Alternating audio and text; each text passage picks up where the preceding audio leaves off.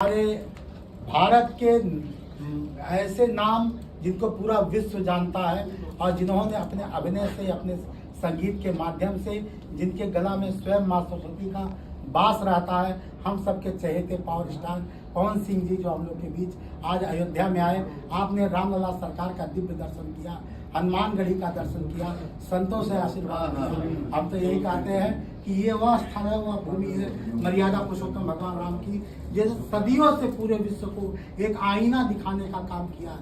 इस भूमि के स्पर्श मात्र से ही व्यक्ति का जीवन धन्य हो जाता है और रामलला हनुमान जी के दर्शन करने से सारे पाप कट जाते हैं। तो आज ये बहुत भाग्य का विषय है कि यहाँ का दिव्य और आज राम जन्मभूमि में दिव्य आरती, आधा घंटा आरती में आपने खड़ा होकर प्रभु रामलला का आरती देखा, जिसके लिए कितने हिंदुओं ने बलिदान दिया।